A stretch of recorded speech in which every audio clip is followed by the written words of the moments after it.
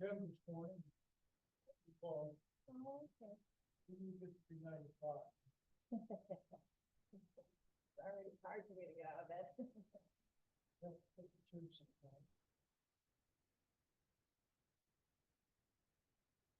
I haven't gotten there yet, so I'm Good. Keep going, keep going.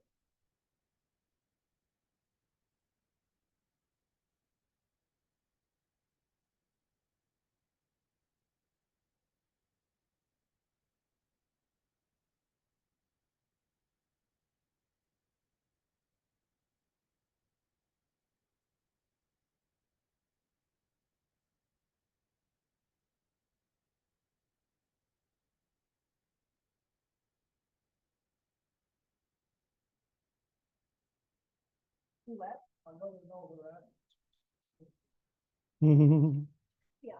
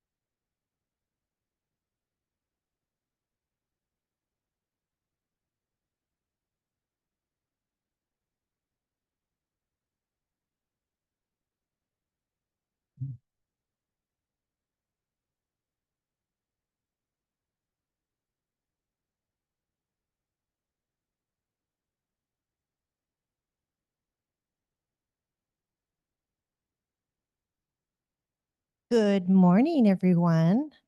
The people on Zoom, you are muted. Please stay muted. And at the end, in questions and answers, you can put questions in the chat and I'll monitor that for you.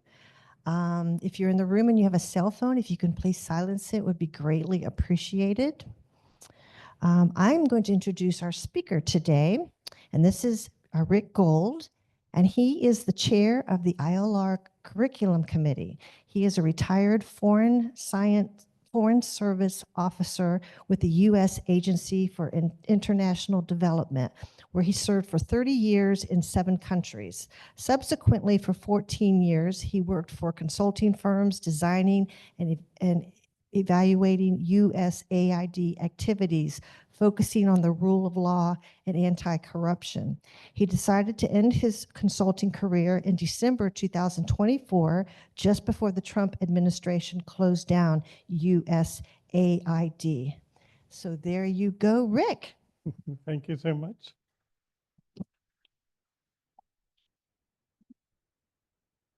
So for 200 years, the U.S., or even more, the U.S. has been concerned about insecurity in Haiti from even before it became independent. Today, I'm going to be talking to you about the gangs of Haiti and its insecurity, and giving you a bit of background on what's going on in Haiti now, as well as an overview of the conclusions of a study that I participated in 2021 and 22, that took a look at the insecurity, citizen security in Haiti, and particularly focus on the gangs. So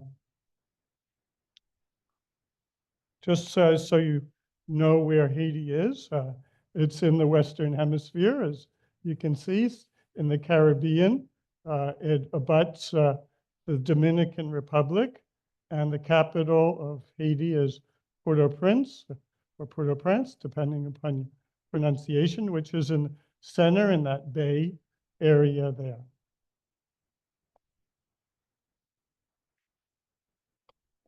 So Haiti was a very wealthy, rich colony of France up to the 1800s, and it produced coffee, sugar, indigo, and cotton. It was a very slave-driven economy. There were about 800,000 slaves at the time from West Africa. And Haiti was populated by French colonists who integrated with the local population and created a whole group of people who were mulattoes, who were mixed white and black hair race, as well as there were some free blacks as well. And these became basically the elite of of Haiti up to this day. In 1791, the slaves revolted against France, and they drove out and massacred the white settlers and plantation owners, and they established the first Black Republic in 1807. So for over 200 years, Haiti has been independent, but it's been a country where the mulattoes and some of the free blacks have really controlled much of the economy.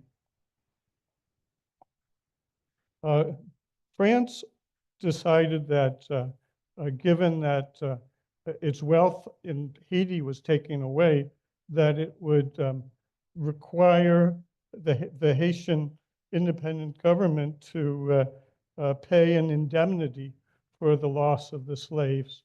And that was about 150 million francs in 1825. And it took Haiti until 1947 to fully repay that debt. And the US was involved. It bought much of the debt from the French banks. And in 1911, the government of the US helped develop the control of the Haitian National Bank. Through various machinations, the Woodrow Wilson administration arranged for the US Marines to take control of Haiti in 1915, and they didn't leave until 1934.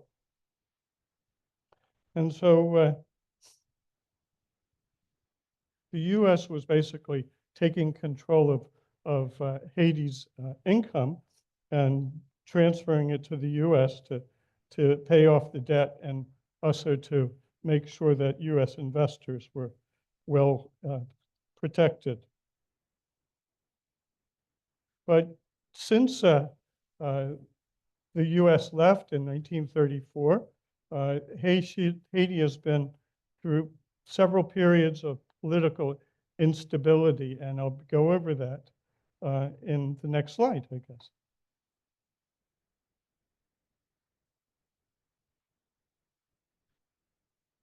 So today, there is no elected officials in Haiti. There's no legislature. There's no president. There's no effective court system. And there's been continuing instability. In 2021, the president, Jovenel Moïse, was assassinated. And since then, there really has been no efforts to move forward with any type of legitimate government. What there has been is a development most recently in April 2024 of a transitional presidential council. And even since April, there's been 3 prime ministers selected by that council. And the current one is Alex Didier Fils-Aimé, and he was formerly president of Haiti's Chamber of Commerce and Industry. the UN has recognized that because of deteriorating security conditions associated with gangs, that it needed to develop a multinational security support mission to help out the police. And the U.S. committed $300 million to this support mission, which basically brought in particularly Kenyan police, as well as police from other countries, Guatemala, El Salvador, Jamaica, Belize. And so the target was 2,500 police, and so far there have been about 550 that have been provided, inadequate for addressing the security situation. But because of the closure of USAID, about $13 million was dropped from U.S. assistance. And it was sort of unclear whether the U.S. would provide the remainder of the $300 million to the support mission, and still unclear. But it is something that the U.S. is quite concerned about.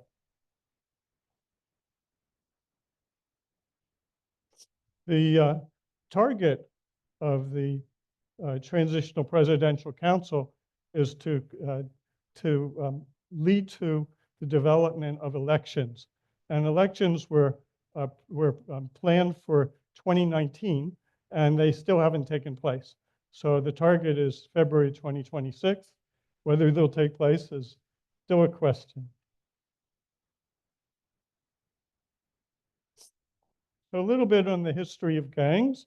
Haiti in 1958 was led by President Francois Duvalier, who was called Papa Doc, and his son took over in 71, Baby Doc, Jean-Claude Duvalier.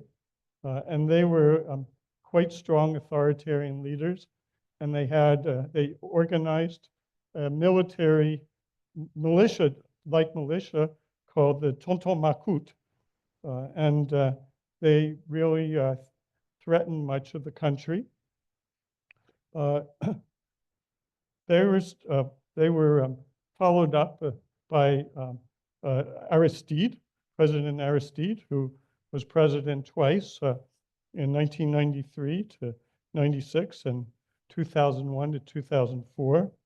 And he decided that to ensure his power, that he would help develop community groups. They called them BAS, who later developed into militarized gangs. But BAS were sort of community level groups that Aristide built on.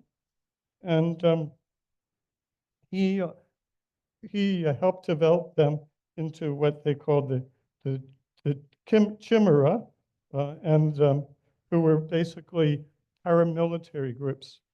And so they became sort of criminal players in Haiti, and particularly took control of much of the drug trade that was flowing in from Colombia and other parts of South America. The next president in 2011, or 2006 to 2011, was René Preval, and he worked also with the Chimera, and under him, not only were the Chimera involved in drug trade, they also were involved in kidnapping, and so they worked particularly in partnership with various political and economic leaders who found that it was advantageous to them. In 2010, there was a terrible earthquake, and about 4,000 prisoners escaped from the central prison. and many of them ended up in gangs, with the gangs. Also, there was a lot of foreign assistance flowing into the country for earthquake reconstruction, and some of this was um, uh, corrupted, and the gangs sort of had their share of it. In 2011 to 2016, under President Martelli, uh, he was quite close to the gangs, and particularly leaders during his administration, political leaders, were working closely with gangs to ensure political support. President Moise, who was in place from 2017 to 2021, also sought support from gangs to protect him from popular protests of corruption that was going on. And this was a time when the development of alliances of gangs occurred.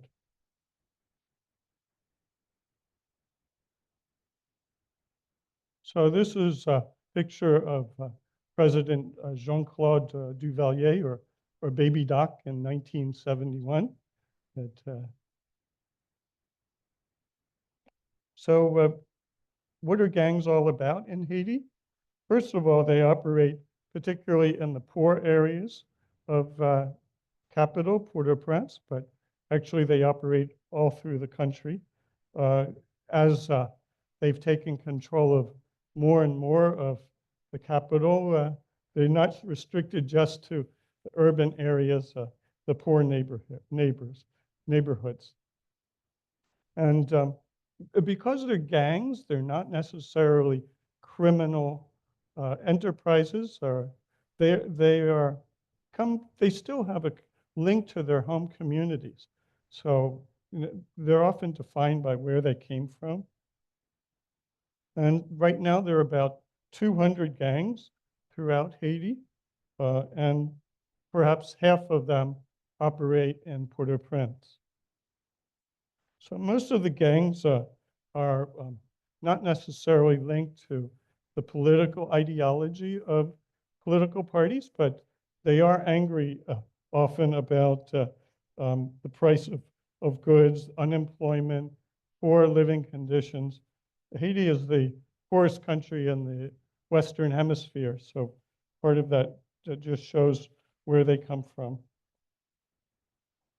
So the members of gangs are often troubled youth who escape from difficult home environments, and some of them are ex-criminals that were thrown out of, somehow ended up out of prison. Most of them are poorly educated men, and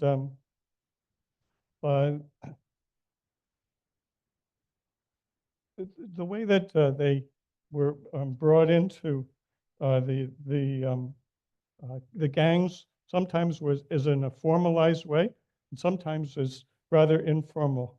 The gang uses various methods of recruiting of its members, but a lot of them come out of the neighborhoods. The gangs are hierarchical, and so they have defined leaders, and some of them are actually public figures and are interested in getting involved in politics. But most of the members carry out a lot of what the leaders want them to do. So gangs operate in communities, and so some of these communities are so controlled by gangs that government really can't provide any services, or civil society groups can't help them. Religious organizations might be closed down. So in order for all three of these service providers to work in gang-controlled neighborhoods, they basically have to work with the gangs. And sometimes that's difficult, sometimes it's impossible. What are the criminal methods used by gangs? Carjackings, kidnappings, mugging, trafficking in drugs, weapons and persons, money laundering, internet and debt relief scams, smuggling, passport and visa scams, rapes, home invasions, and extortion. And particularly kidnapping was quite apparent. A few years ago, there were kidnapping of missionaries that received a lot of attention.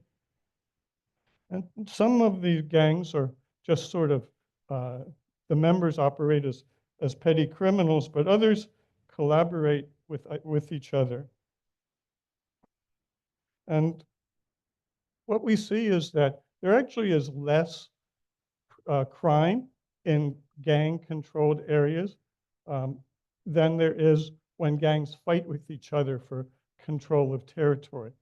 And that's when they come in and they get involved in rape and other things that affects the communities. But in many cases, the community's members can live in gang-controlled areas, except in it, not in an acceptable way, but they can live there.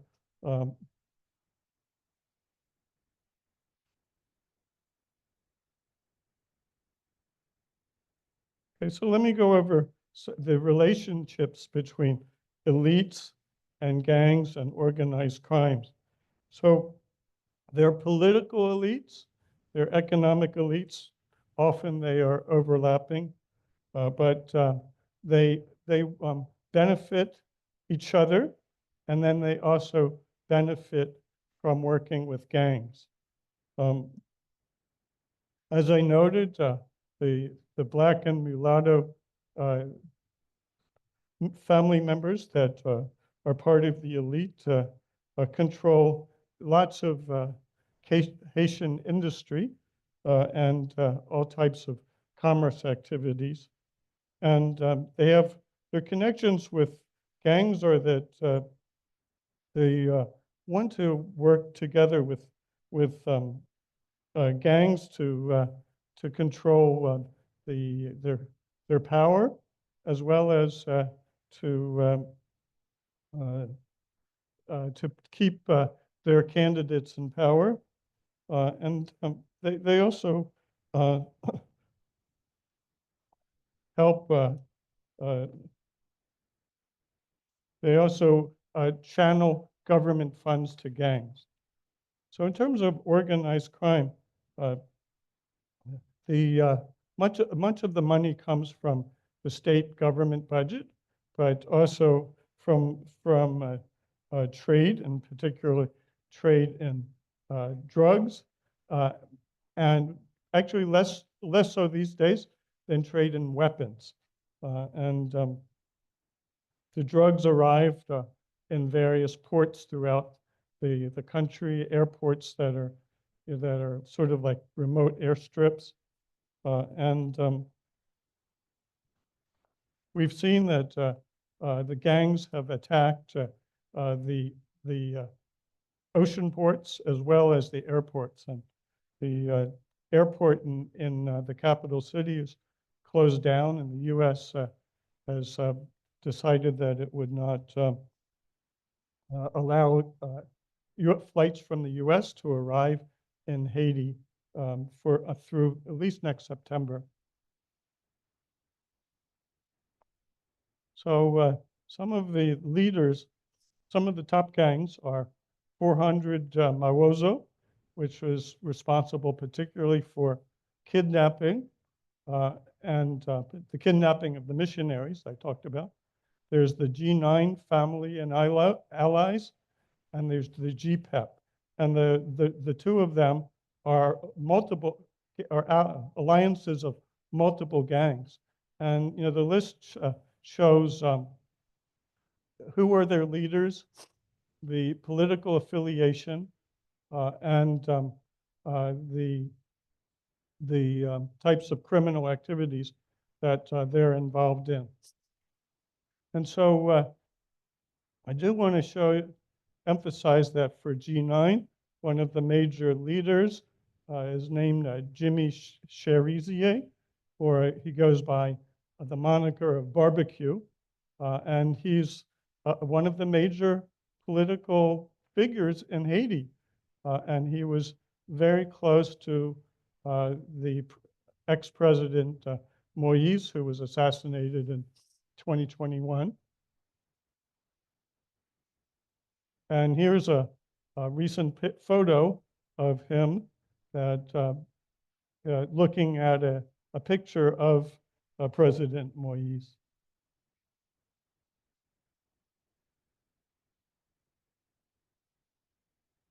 So the ways that gangs affect Haiti today include violence and displacement. In 23 and 24, security has deteriorated in Haiti, particularly in the capital. And it's really hard to understand this from the official crime data because people don't report crimes generally, but they do, I mean, but not that much. And so the figures that I'm giving you are really underestimates.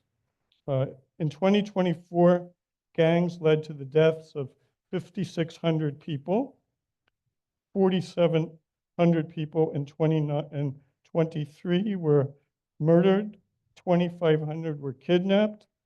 The homicide rate of 40.9 per 100,000 was more than double the 2022 rate. There were 6,400 cases of gender-based violence. And in 2022, there was an average of 98 victims of sexual violence per month, mainly women, girls, and boys, in areas of Port-au-Prince controlled by gangs. And 21.7% of citizens reported having been the victim of a crime in the last 12 months. Alarmingly, more than 1 million people have been displaced from their homes due to gangs. And half the population faces food insecurity.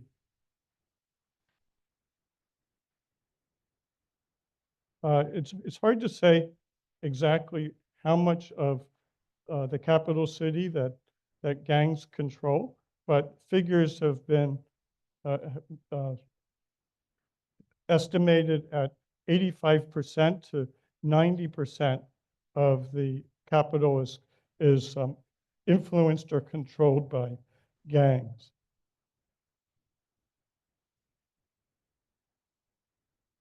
And it's important to recognize that the Haitian police really isn't up to the challenge. And in fact, they fear often going into gang territory.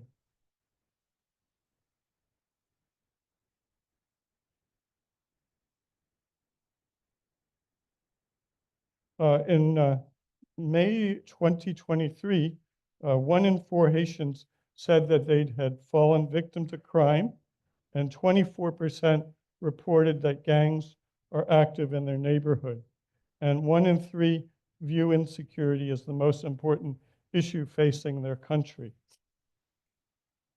Another survey in January 23 said that 71% of residents now believe that the national police is not capable of restoring security in the country on their own, and 69% favored international intervention.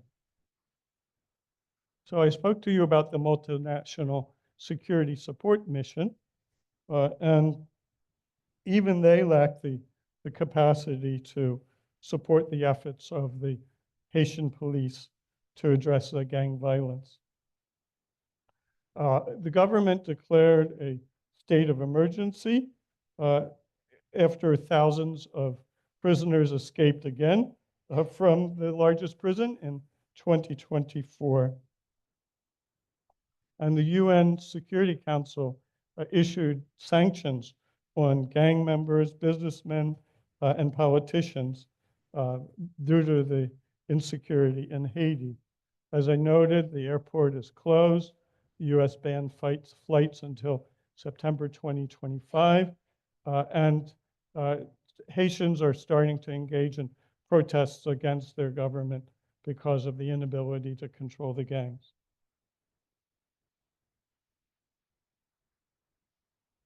Okay, so this map shows in 2021 the location of the 10 largest gangs in the capital city of Port-au-Prince. You can see the three that I spoke to you about, the F9, the 400 Mawozo, and GPEP, and where they are. But they are amalgamations or families of gangs. This was 4 years ago, and the control has gotten much, much stronger since then. Onto the report that I produced in 2022. It actually was 21 to 22. It was financed by USAID, and it was undertaken by two development consulting groups, Development Professionals Incorporated and NORC at the University of Chicago. And so the objective was to analyze the state of citizen security and violence in Haiti, including its social, economic, and political determinants. The approach was a literature review, which we commissioned a report on Haiti criminal dynamics from a group called Insight Crime. I think it's a Colombian-based firm. And then we did our own survey, which was a sample size of 700 nationwide. It was a phone survey. And we did 58 interviews. We did 7 focus groups. And I should say that this took place at the early years of COVID. So I didn't actually travel to Haiti. We had a firm that was doing that, doing the research for us. It was called Socio-Digital Research Group, basically led by an American anthropologist. And those interviewed or in the focus groups included government officials, citizen security experts, implementing groups for USAID projects, judicial actors, private sector actors, security officials, including police, community and religious leaders, civil society, and past gang members.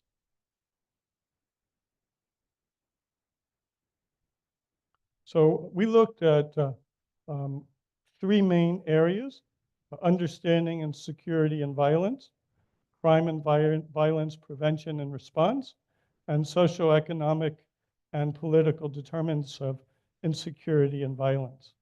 And in terms of understanding insecurity and violence, we looked at the main patterns and manifestations, and also relations between gangs, crime, and society. In terms of crime and violence prevention and response, we looked at both the justice system and the police.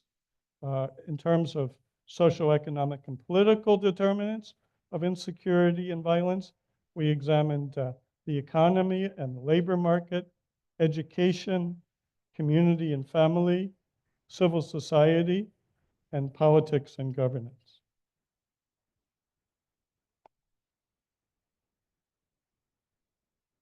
So I'll next go over the findings of the study.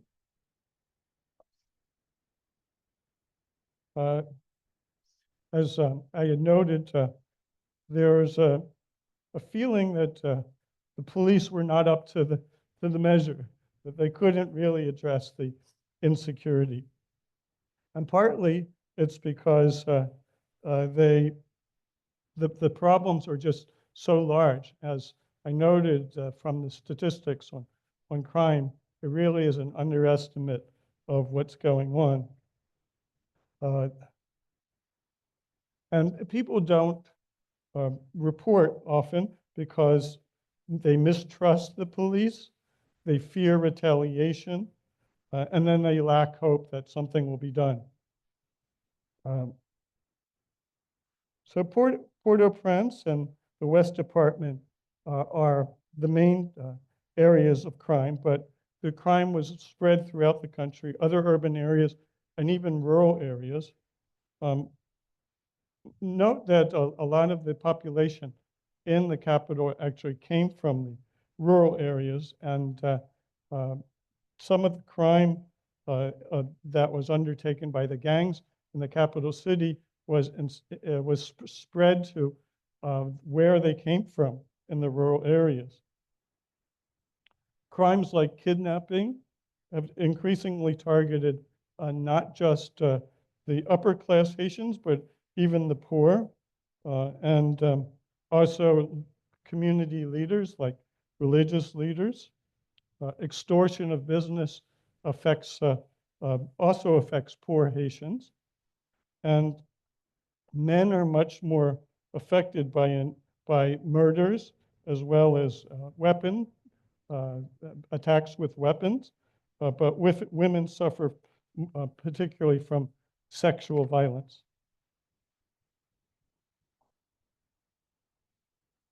So this gives a feel from 2018 to 21 of increases of reported kidnappings, still quite an underestimate.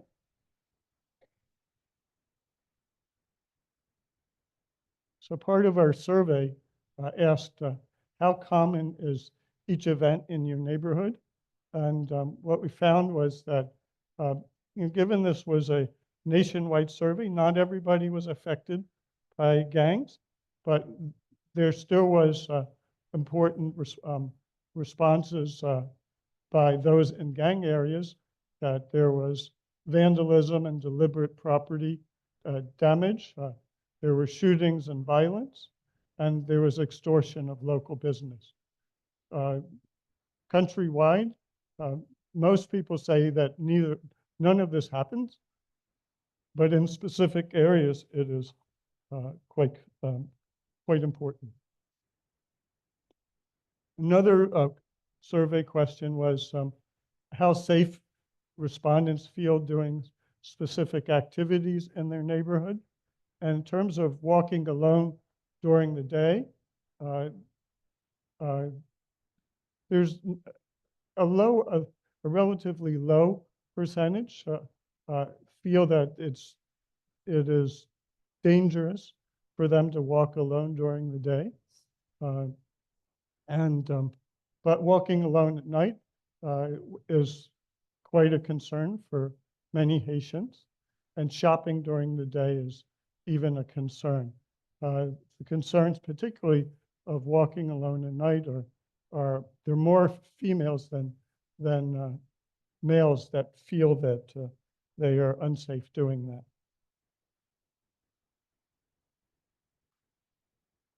So in terms of the gangs, crime, and society, the range of criminal activities is wide, as I noted, and each gang has its own specialties in terms of criminal activities. And a lot of this is determined by where they come from and their ability to control the area, and also political patronage. The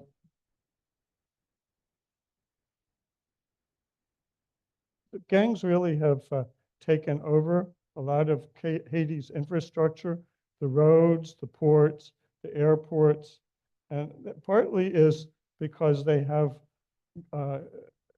weapons that are quite sophisticated and more sophisticated than those of the police. And much of these weapons come from the US, particularly with the assistance of the Haitian diaspora and Haitian gangs in the US. As I noted, gang members are recruited in various ways. Often very young boys are recruited to, the way they basically do is they give them guns, or they ask them to undertake certain tasks, and it's hard for the new members to really get out of the gangs. It's quite difficult for anyone to leave a gang. Uh, when we talked with some young people, they said, well, the only way to get out of a gang is to die. So, but in other places, uh, people can, in other countries, people can leave gangs by working with the church. So religion is the way out for some people. Doesn't seem that way in Haiti, but it's hard to tell. I think partly because the churches, many of them are shut down because of gangs. So there actually are costs and benefits for communities to have gangs. First of all, it protects against police abuse, and protects against other gangs that might be coming in. And communities also participate from gangs distributing goods that they have found from others, as well as providing services. But of course, there's violence, and it's difficult for people to move in and out of their communities. Government services are not as available. The gangs also have an interesting relationship with private security. Private security is used to protect many people, many of the rich from their homes, as well as businesses, large businesses. But a lot of the private security members actually are gang members or have come from gang areas. And so they have to have a very interesting relationship with the gangs. The private sector is affected by extortion, damage, and risk of kidnapping. And the business climate has suffered. There's been supply chain disruptions and loss of customers. So, but some private sector or businesses actually benefit from gangs to try to use gangs to burn down the stores of their competition, and some private sector, very large private sector organizations ally with gangs for political purposes, to get votes for them.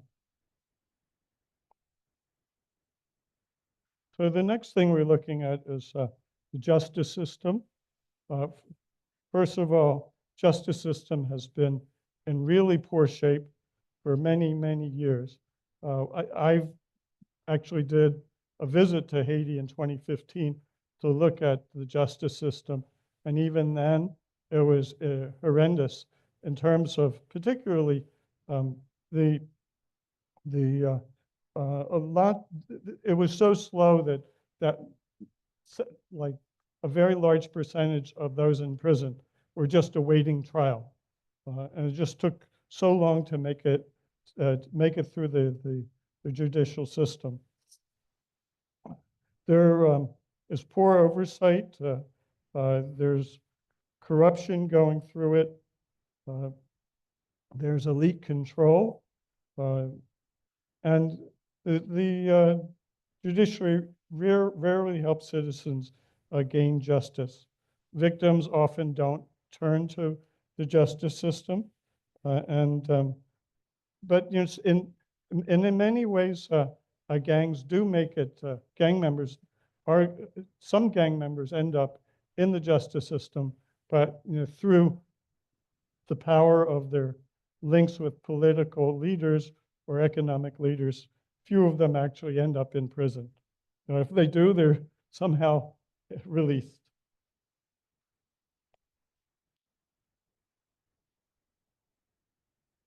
So another question from the survey regarded the trust in the courts, and about 10% say they have low trust in the courts, and about 20% say they have not at all. Next, we looked at the police, and it's important to know that the police themselves feel not up to the task of dealing with gang-controlled areas. They lack the weapons necessary. They're undertrained. As a police force, they're underfunded, and individually, they're underpaid. The culture of the police, even though it was created more or less by international donors in 1995 and benefited from enormous support over the years, it still is a very corrupt culture. Oversight is adequate, and there are interventions often from politicians. Many police collaborate with gangs. So as I noted, police live in gang-controlled areas, and they often don't have much of a choice. And many Haitians flee from the gangs or work with them, and much of Port-au-Prince is considered lawless. So that's one reason that the international community developed the multinational security group, but still is not really adequate to the task of helping the police deal with the gangs and insecurity. So we did question nationally, to what extent do you trust the police to deal effectively with the problems you face today? And 10%, or a little over 10%, so they had no trust or not at all. Although there were those who said they had high and medium trust in the police. Of course, this was a nationwide survey. And then we asked, tell us about frequency of police activities in the neighborhoods. And in fact, they noted that there was very often police searching or arresting people or breaking up groups. There were fewer helping with neighborhood crime prevention activities, fewer who were attending neighborhood meetings, and fewer who had friendly conversations in the neighborhood. The most frequent activities of police were police cars and motorbikes driving through the neighborhood, but actually very few who were actually patrolling the neighborhood. On to economy and employment, and I'm mindful of the time, so I'll be finishing up relatively shortly. And the poverty rate in 2021 was about 52%. 2/3 of those in poverty live in the rural areas, and the richest 20% hold more than 64% of the wealth. And our survey found that only 12.5% of respondents had a job with a salary. So the vast majority have what we call livelihoods. They basically participate in informal commerce, selling things in the streets, sometimes petty trade, skilled manual work, as well as agriculture. And women face discrimination in the formal sector, they make up over 70% of those in the informal sector. And gangs affect the ability to be involved in business, and they often undertake rackets to provide protection to those in the markets.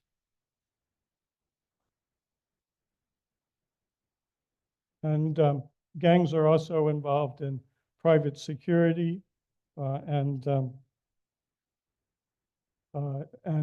making sure that the private sector operates in a way. Actually, some gangs run businesses as well, we found. So here's a chart of the links between insecurity and economic strain, and it includes gang taxes on businesses, disruption of movements of goods, transport costs rise, and wages decrease, and then people cope sometimes by joining gangs, migrating, which is a very important issue to the US, go into poverty and trauma. Okay, then we looked at community and civil society, and we found that there were both costs and benefits of the gang presence. About 1 in 5 Haitians reported a gang presence in their neighborhood in 2020, and the majority did not see gangs as anything positive. 11% of Haitians say gangs are community leaders. 8% say they provide security. 3% say that gangs help with access to basic goods. And young people are particularly vulnerable due to poverty, food insecurity, and lack of nurturing family environment, and absence of community support. So what we heard often was that the gang violence has challenged traditional morals, that violence is normalized, it's just part of life. And communities have lacked solidarity to actually go after the gangs. Civil society and religious leaders have worked with gangs in gang-controlled areas for many years, but it's getting tougher and tougher to actually do that because of gang violence. And as I noted earlier, gangs control the entrance to many neighborhoods, so it makes it quite difficult for any government or civil society to operate there. And civil society led movements to try to put this country together are developing, but they really are having a hard time envisioning where to start in addressing Haiti's problems.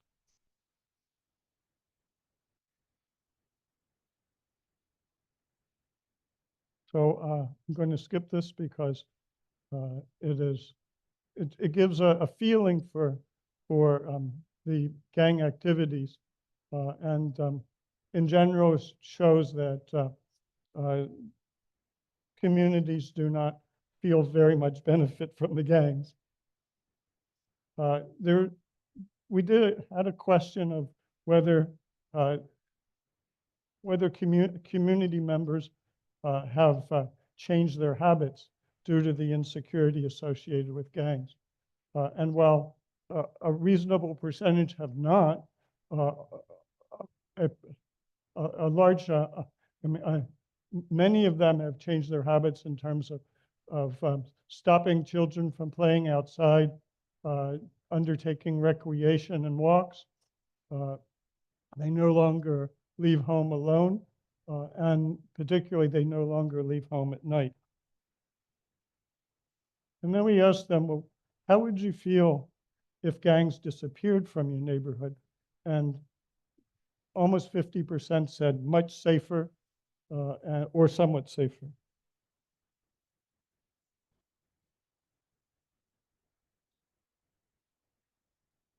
finally, we took a look at politics and governance and found that there continues to be support for gangs from the executive branch as well as the parliament, which actually no longer exists, but that was in 2021. Some gangs are, even though many gangs are supported by the elite, some gangs are in opposition to the government.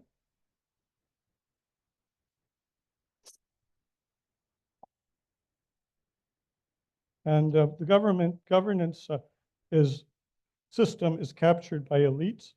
There really is not much check to the executive branch since the justice system really is ineffective, and there's really hasn't been a legislature that's effective for years. High-level corruption is prevalent, and connections between politicians and gangs are well established. Some high-level corruption involves politicians and the political elite. Impunity, sorry, is widespread. So where there are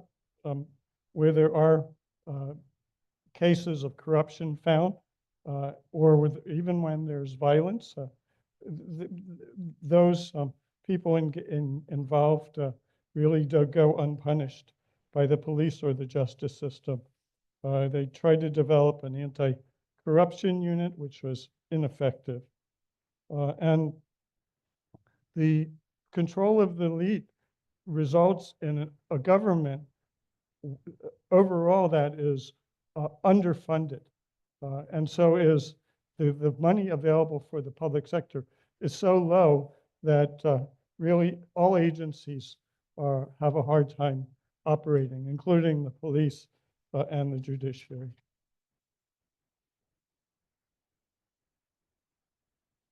So we asked a question about the gangs, whether the gangs provide any social services. And basically, the answer was no, they don't provide organized social or cultural activities. They don't provide much employment. They don't act as community leaders. They don't provide access to basic services. They hardly protect against the police or other gangs. All right, so finally, how can the U.S. help Haitians address gang problems? Well, the U.S. Has been involved in this area for quite a while. And we came up with some recommendations in this report. And it was particularly recommendations for USAID. First, to support Haitian efforts to hold credible and transparent presidential and legislative elections, that continue to promote decentralization, to build momentum related to tax reform, and to support greater transparency and regulation of Haitian banks. Then they recommended creating a comprehensive strategic framework for crime reduction, strengthening CSO's capacities in violence prevention, mitigation, and resilience, in initiating neighborhood-based gang reduction and transformation, and supporting an informal justice approach to helping victims of violence. We also asked for increased social support for poor families, support for gang and violence prevention for high-risk youth, embedding school-based violence prevention into formal and informal education, and supporting in the U.S. investigation of U.S. organizations involved in weapons and drug smuggling to Haiti. About the time that our report came out, the U.S. Embassy in Port-au-Prince developed their own strategy to prevent conflict and promote stability over a 10-year period for Haiti. And I'm not going into everything, but they engaged, they identified 3 phases. First, targeting safety and security, then addressing the root causes of instability and emphasizing justice sector reform, civic engagement, and economic opportunity. And the third phase is helping Haitian-owned systems for the lasting long-term impact on local systems required for fundamental institutional change.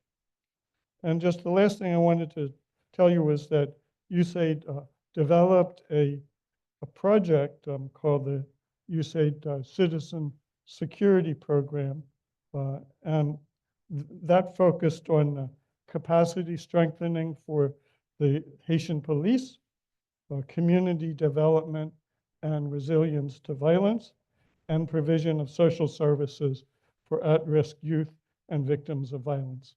And this project closed down with closure of USAID in the last 3 months. So, thank you very much. Any comments or questions, I'd appreciate.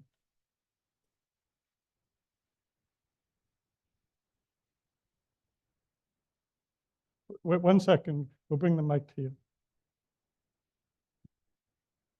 Who has the question? She does. Oh, okay. I didn't see a hand. I'd like to know how much this study cost. I can't tell you that, but if you give me your email, I'll see if I can find it out for you. Okay, I'll give it to you. Uh-huh.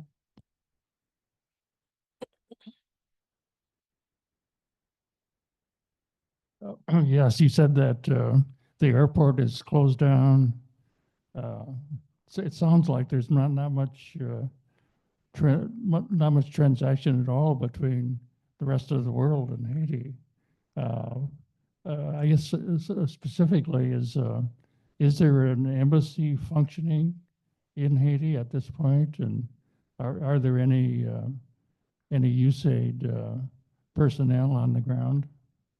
Yeah, so there really is very little interaction in terms of people coming in and out of Haiti via the airports. I don't know about by boats, but the embassy is still operating at a minimal staff level.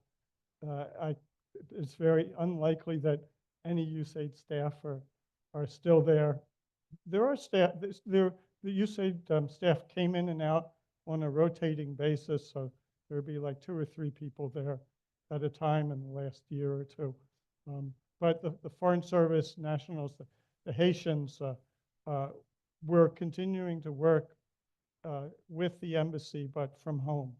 So it was, really hard to, it still is very hard to move around. So. Rick, over here, thank you for a terrific presentation. Really enjoyed it. Can you think of any case historically where it seems to me a country is in such dire condition, almost a basket case of a country, and has reformed itself or has gotten better with the help of international aid? I'm trying to think maybe Rwanda or some other countries where you have such division and such criminal activity. Can you give me any examples where, or any reason to be hopeful that things are going to get better in Haiti? Yeah, there's always hope, but you have to look at it from a long-term perspective, and that's why the strategy is a 10-year strategy, but it'll probably require multiple 10-year strategies to really address what's going on in Haiti. We've seen countries pull out of very, very difficult environments. Bangladesh was one of them. It was referred to as a basket case for quite a long time, and it actually is doing quite well for itself. In terms of hate and division, you brought up Rwanda, and Rwanda is actually doing quite well economically, although its government might be a bit authoritarian at this point. But there are many different examples of countries that have at least temporarily pulled out of some real difficult environments. And a question is, whether the international community is really playing an important role in this. But a lot of it, comes from the effort of the people of the country to take control and hold their governments accountable. Thank you.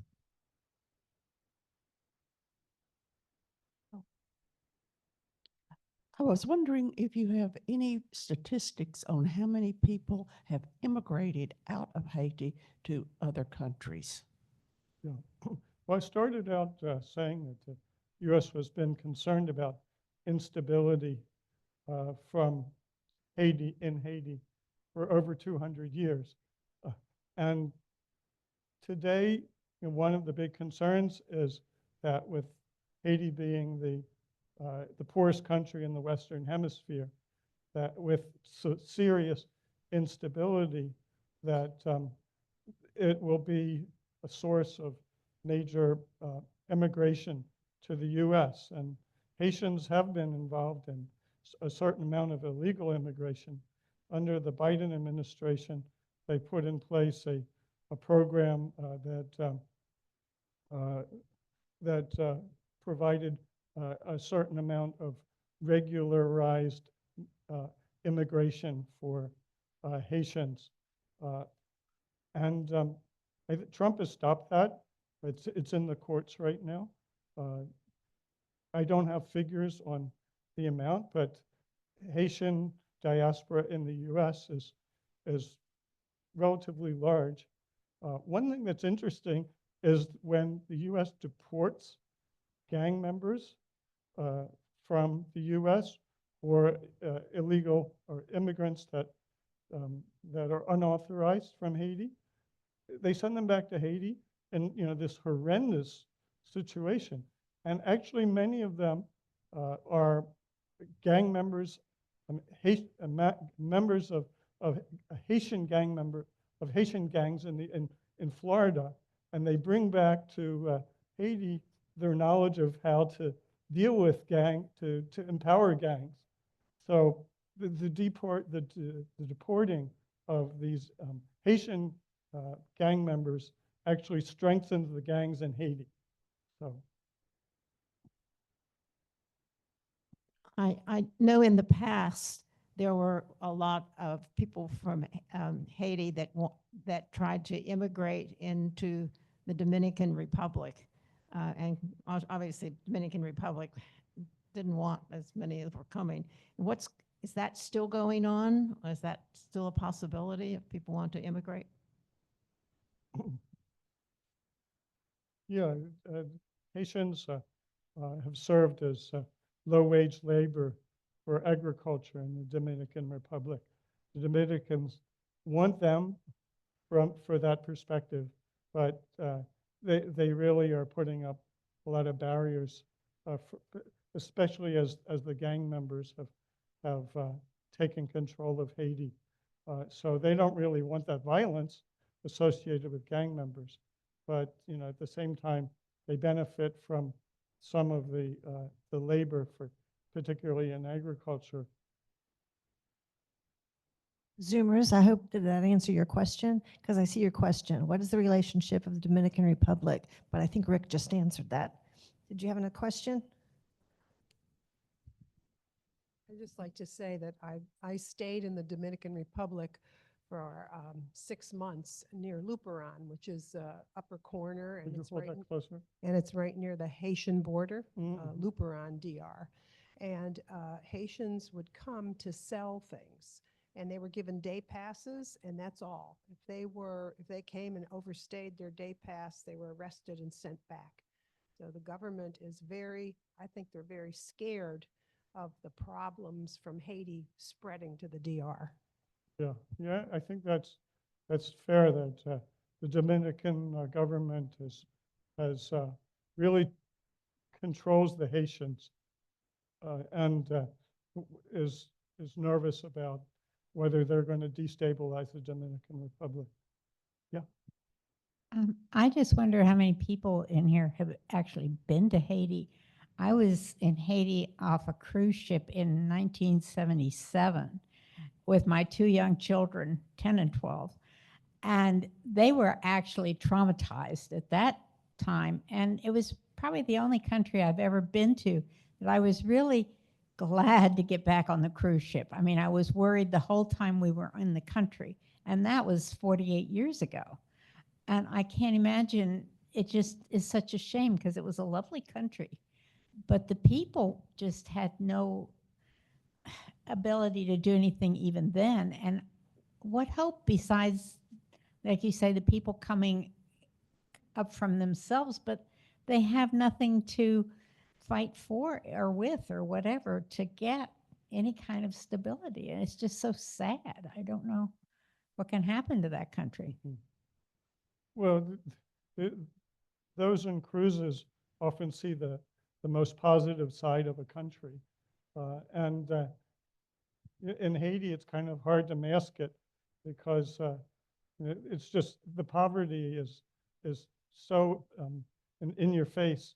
You know, I lived in West Africa for many years, and I still was a bit disturbed by what I saw in the Port-au-Prince. Also, Haitians do feel powerless regarding their government. It's a government that doesn't work very well, to say the least. And so that's one reason that many of them turn to violence or gang membership, because they really despair about changing anything. And you know, we've seen political instability since the 50s in Haiti, and kind of does something to, if you have any type of aspirations for social justice and change, and at some point you're going to say, well, why bother? So. Okay. I was just wondering, with USAID shut down, are there any other countries that are trying to help Haiti apart from the multinational security? Yeah, so the multinational security force is focusing on the security situation, but Haiti has benefited not just from USAID, but from support from all types of governments and civil society groups to in various areas, in agriculture and health and education and social services. And it's been really hard for representatives to actually continue this work, but they do, and particularly religious groups. I met a lot of religious groups who are supporting orphanages in Haiti, and they don't have a choice. They have to continue to support them. But it's getting harder and harder. About a month ago, I read a fascinating book by Rich Benjamin, and his grandfather was very briefly elected a president of Haiti, and he was a labor organizer. And he was, the coup took place, and that's when the Duvaliers were established. But right after his election, various big business, fruit companies and the rubber companies contacted Eisenhower, and immediately a meeting was called, and that's when troops were sent in, and the coup took place, and the Duvaliers were established power, and that's kind of when a lot of this terrorism really began. The Duvaliers murdered and/or tortured over 50,000 people. And also the U.S., after France took away all that money, the U.S. banks did too. When the U.S. came in, a lot of that money went to Citibank. That's right. So the country's finances were wiped out. And the U.S. has caused those sorts of problems in so many countries, in Latin America and in Haiti. And now we don't want any of those refugees who are trying to come here because of the problems that we established. And when you look at Chile, what happened there? So you're absolutely right. I don't want to address all of those issues, but a lot of the problems of Haiti come from intervention from the U.S. and France, or at least that was, an important factor in Haitian history and what's going on today.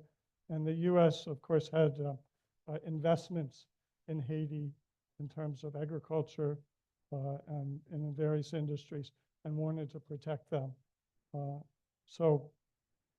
And this was a common situation in many Latin American countries. And I didn't even talk about the U.S. Military intervention in Haiti in the 90s. It's just, again and again. And then the U.S. Says, well, we don't want the refugees, and it's not our fault. Any other questions? Okay, thank you so much, Rick. We appreciate it.